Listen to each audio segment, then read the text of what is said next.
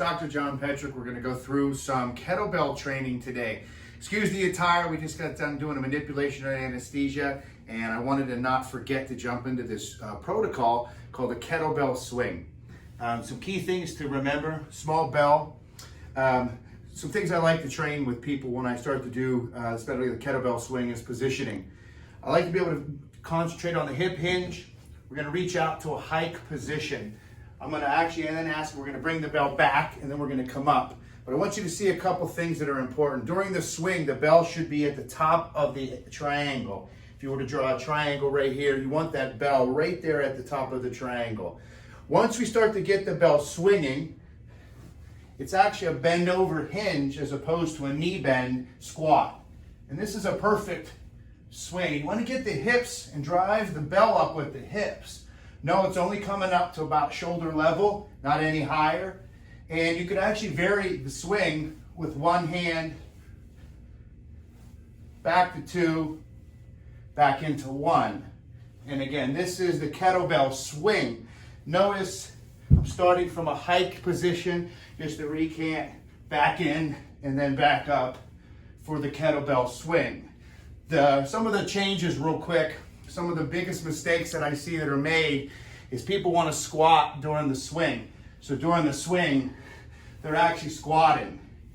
And that's wrong. If you notice, this is a squat and this is a swing. So you can see a definite difference between the one and the other. One being a squat swing and one being a true actual kettlebell swing. Very important full body exercise. Great for low back, great for individuals with shoulder problems, neck problems. We incorporate the kettlebell swing with almost every rehabilitative protocol and treatment plan we provide. Because we deal with so many individual athletes from various different sports, and we always try to keep those same functional protocols like the kettlebell, we try to use the kettlebell as one of our mainstream protocols, but we also add it sport specific.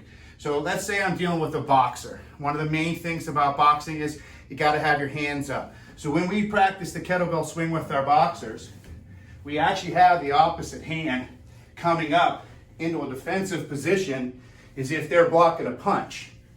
So the most important thing is to remember, try to make your athletic performances and your activities sport specific to actually train the athlete in that sport. And let's say you're dealing with a tennis player, that arm comes back. Tennis, if you look at the motion, this is a great motion for tennis players to have them come out and touch. Come out and touch. If it's boxing, have them get that hand up there. Key thing to remember is when you're boxing, that hand's up and punch, which really mimics that kettlebell swing here. So it's important just to add an adaptation. You can actually turn a very simple exercise like the kettlebell swing, snatch, or press into a sport-specific exercise. So don't be afraid to kind of mix and match this a little bit.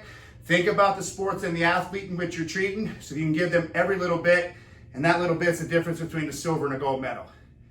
Hey, another great kettlebell exercise, once you have learned and mastered the kettlebell swing, the general. So just to kind of describe that, and then I'm going to go into something called the kettlebell press, and then I'm going to go into something called the kettlebell snatch. So stay tuned, we're going to go right into the kettlebell press. This is the swing, and that's the press.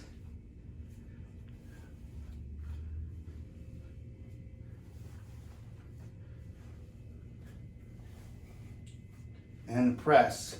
And that is the kettlebell press. The next one's going to be ultimately my favorite. This is the kettlebell snatch. Very good for shoulder stabilization, really good for lat control. Remember, the latissimus dorsi, your big lat muscle, is actually a lower back structure that attaches to the shoulder. The snatch looks like this.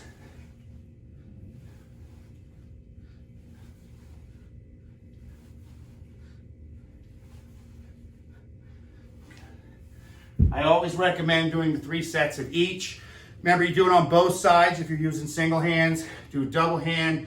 Can't really do a double hand snatch. You can't really do a double hand press, but you can do a double hand kettlebell swing. 3 sides, or 3 times each side. And then in the kettlebell, I always love the 2-handed ones with heavier weight. So you just got to see the kettlebell swing, you got to see the kettlebell press, and you got to see the kettlebell snatch.